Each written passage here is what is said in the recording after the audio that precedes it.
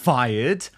Meghan Markle thought that she was being very clever by pimping out her children yet again on Labor Day in a stunt, a failed stunt to try and boost one of the biggest flops in... Because this has actually ended up infuriating Netflix and her bosses at Netflix, given that what she's showing to the world is that... Here's what Meghan Markle doesn't want you to notice about her recent Instagram posts featuring Archie and Lilibet.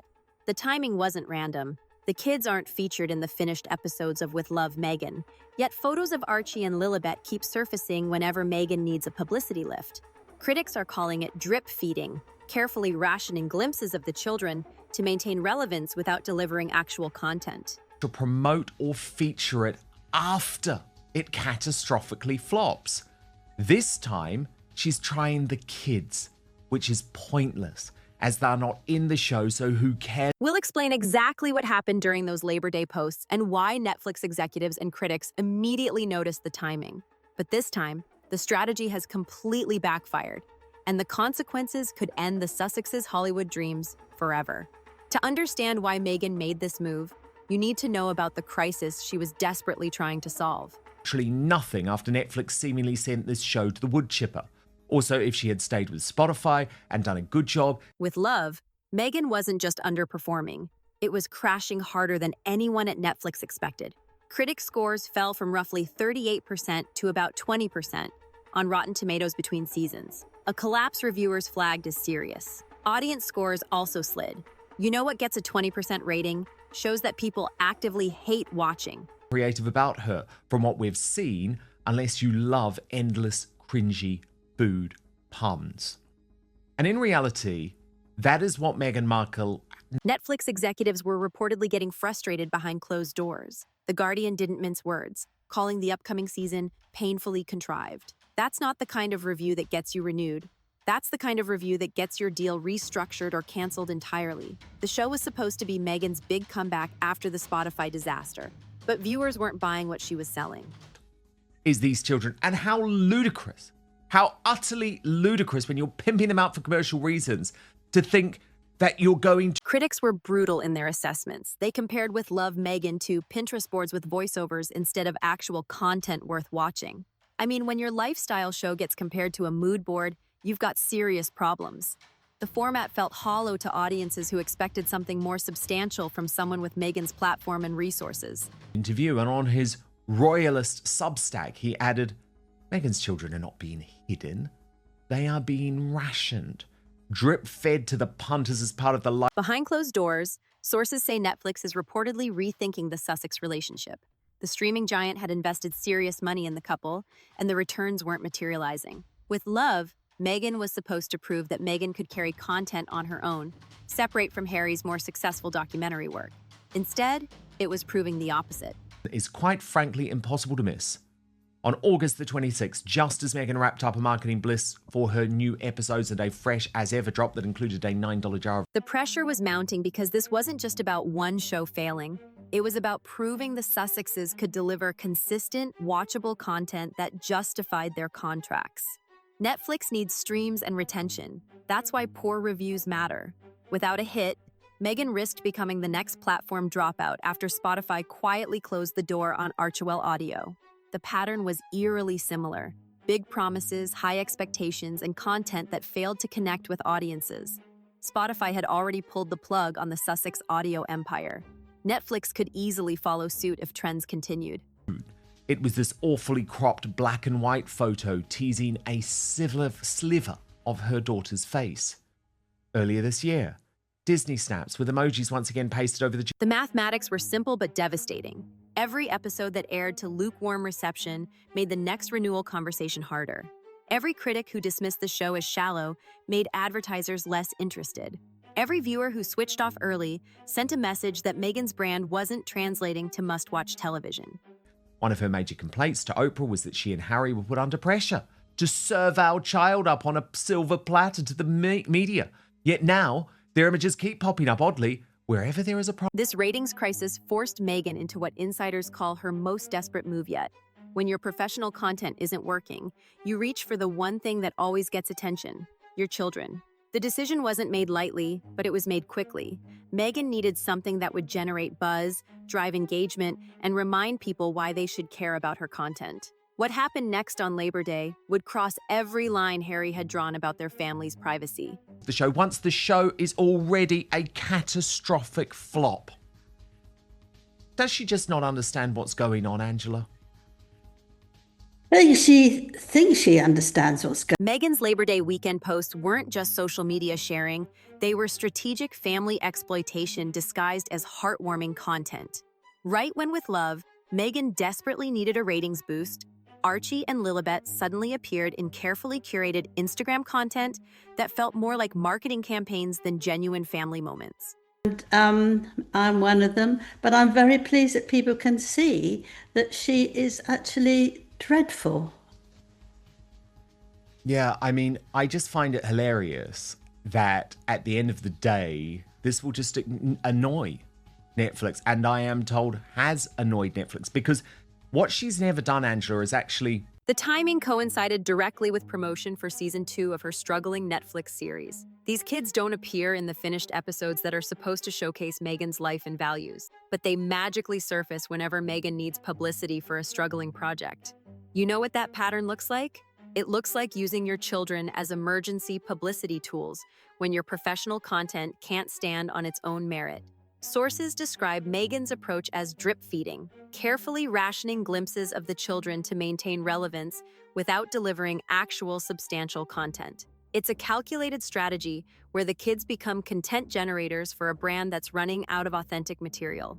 The posts weren't random family snapshots. They were professionally styled moments designed to create buzz around a failing show. She doesn't realise she can't see outside. She doesn't look at herself to see, what am I really doing? What am I sort of ruining by behaving in this way? The late August and Labor Day weekend posts included Lilibet kissing a portrait of the family dog and behind-the-scenes glimpses from Meghan's production set. Social reports noted a clapperboard shot and a director's chair photo of Lilibet that prompted immediate reaction. Critics immediately noticed that the children were dressed in what looked suspiciously like product placements. Logo-heavy outfits and carefully selected accessories that felt more like advertisements than children's clothing choices. Insiders and critics alleged the posts were timed as promotion, showing the children in behind-the-scenes images and a clapperboard marked with a 2024 date, despite the children not appearing in the finished episodes. The posts were designed to generate sympathy and engagement for With Love, Meghan, by showing the real family behind the brand. But Netflix executives reportedly saw through the strategy immediately. Every post was strategically timed to coincide with episodes or promotional pushes for the series. The children became involuntary spokespeople for content they had nothing to do with. Their innocent moments were repackaged as marketing material for adult entertainment that wasn't connecting with audiences on its own. The posts felt manufactured rather than genuine. Royal watchers pointed out that the styling, timing, and professional quality of the images suggested a publicity team was orchestrating these candid family moments. When your 5-year-old and 3-year-old are wearing outfits that coordinate with your brand colors, you've crossed a line from family sharing to family marketing. But this calculated move triggered the exact opposite reaction Meghan was hoping for.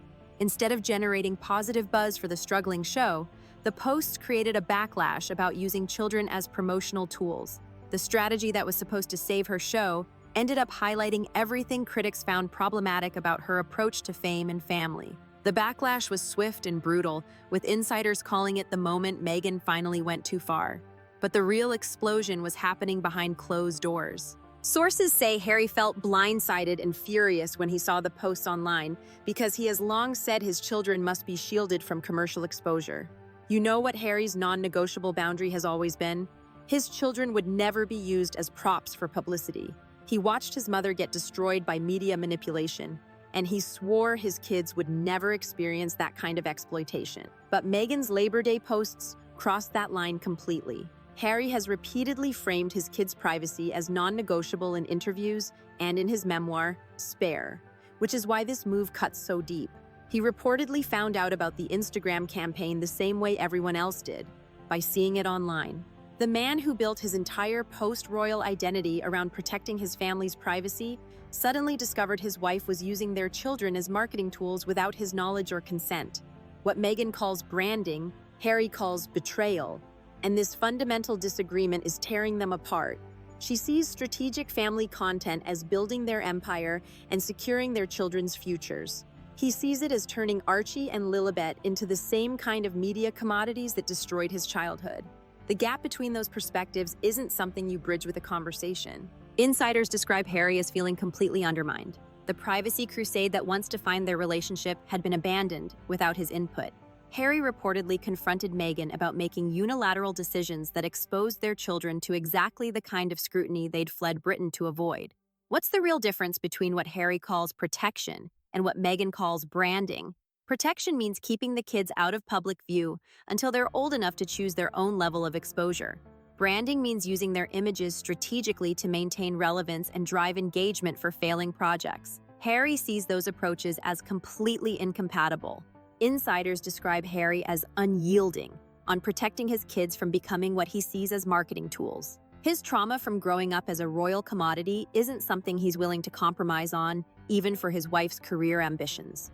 The privacy crusade that once united them has now become the biggest source of conflict in their marriage. Why are critics saying Meghan's privacy crusade has collapsed under her own hypocrisy? She spent years lecturing about media intrusion and protecting children from public scrutiny. Then she strategically deployed her own children as content when her show needed a ratings boost. The contradiction became impossible to ignore, even for supporters who defended her privacy arguments. Insiders say the posts deepened a dispute over boundaries, not a confirmed breakup, but a serious split over parenting strategy. Harry's approach centers on shielding the children from public consumption until they can make informed choices. Meghan's approach treats managed exposure as building brand equity for the family's future opportunities. This wasn't just a disagreement. It was the moment their fundamental values collided in public view. But the damage extends far beyond their marriage dynamics. The most disturbing part isn't what Meghan did, it's how the public now sees Archie and Lilibet. Critics and social commentators have begun to read product placement into the images, citing moments like the soccer jersey photo that was quickly reposted by a youth academy. When you look at their recent appearances, the answer becomes uncomfortable to ignore. Every public appearance now gets analyzed for product placement, brand partnerships, and marketing tie-ins. Royal watchers have started dissecting what the kids wear, like they're reviewing a Super Bowl commercial. You know what that means? These children can't even play in their own backyard without people wondering what brands they're promoting. Why are insiders calling the Sussex children PR tools instead of family members? Because that's exactly how they're being deployed. When Archie appears in a soccer jersey, people immediately start researching which teams Meghan might be partnering with. When Lilibet wears certain outfits, fashion bloggers analyze whether it's strategic brand placement or genuine toddler choice. That's not normal scrutiny for kids to face. Some fans have defended Meghan, suggesting plausible explanations. Maybe Archie was simply at school activities, or Lilibet is naturally more outgoing, but the pattern has become too consistent to dismiss as coincidence. Critics have accused Meghan of drip-feeding glimpses of her children, rare appearances that critics say are timed to shore up failing projects. The timing tells the whole story. When did we suddenly start seeing more of Archie and Lilibet? Right when with Love, Meghan started tanking. That's not coincidence, that's strategy. The children have become emergency content generators when the actual content fails to connect with audiences. Royal watchers point out that other royal children appear naturally in family moments, not strategic marketing pushes. Prince William's kids show up at official events and genuine family occasions. The Sussex children surface whenever Meghan needs to boost engagement for failing projects. The difference is stark when you compare the approaches side by side. Social media fatigue is setting in around Meghan's promotional tactics. Even the palace reportedly reacted with indifference to her latest promotional tour.